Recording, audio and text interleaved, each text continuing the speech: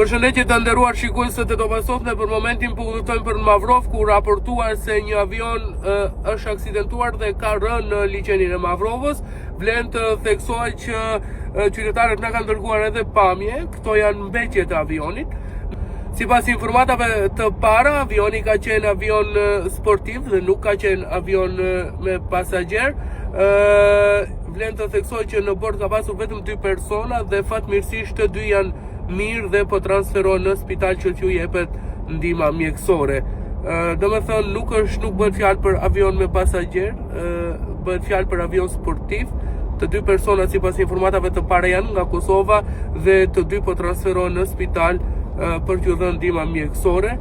Ende nuk dihet nëse ata janë jashtë rrezikut për jetë.